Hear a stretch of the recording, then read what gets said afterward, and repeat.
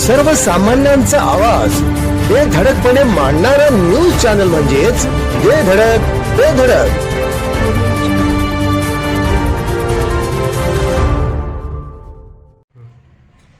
नमस्कार, धडक बेधडक न्यूज मध्ये आपल्या सर्वांचं स्वागत आहे. पाहूया आजची धडक देणारी बेधडक बातमी फक्त आपल्यासाठी. 6,73,00,000 रुपयांच्या निधीतून कोथळी समडोळी बंधाऱ्याला नवसंजीवनी मिळेल.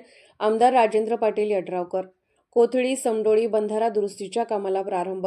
कोथळी समडोळी बंधाऱ्यामुळे 30 गावांचा नळपाणी पुरवठ्याचा व 4,500 हेक्टर शेतजमिनीचा प्रश्न सुटला आहे. बंधाऱ्याच्या पिलरची मोठी पडझड झाल्याने तसेच बांधकाम कमकुवत होऊन बंधाऱ्यास धोका निर्माण होऊन बंधाऱ्याचे अस्तित्व धोक्यात आले होते. येथील शेतकऱ्याचा व पिण्याच्या पाण्याचा भविष्यात पाणी प्रश्न ऐरणीवर येण्याची शक्यता निर्माण झाल्याने येथील शेतकरी व ग्रामस्थ चिंतेत होते.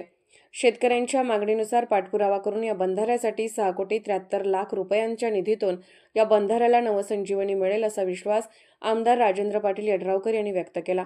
याप्रसंगी आमदार यड्रावकर पुढे म्हणाले, बंधाऱ्याची स्थिती पाहता भविष्यात उद्भवणारा धोका लक्षात घेऊन बंधाऱ्याच्या दुरुस्तीचे काम हाती घेण्यात आले आहे. लवकरच बंधाऱ्याचे काम गतीने होईल.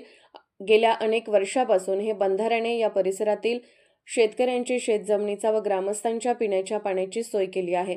या मंजूर निधीतून हा बंधारा मजबूत होईल असा विश्वास त्यांनी यावेळी व्यक्त केला. आमदार राजेंद्र पाटील यांनी प्रयत्न करून निधी आणल्याबद्दल त्यांचा कोथळी, दानोळी, समडोळीसह परिसरातील गावांच्या वतीने विशेष सत्कार करण्यात आला.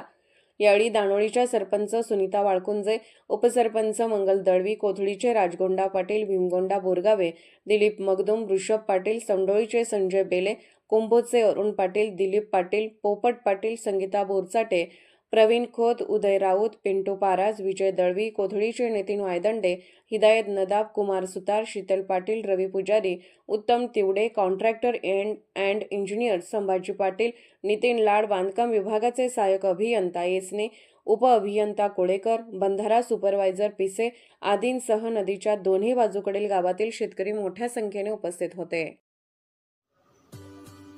आमच्या धडक बेधडक न्यूज चॅनलसाठी आपली लाईक आमच्यासाठी लाख मोलाची आहे. चला तर मग एक लाईक करा, सबस्क्राईब करा आणि बातमी शेअर करून आम्हाला प्रोत्साहन द्या.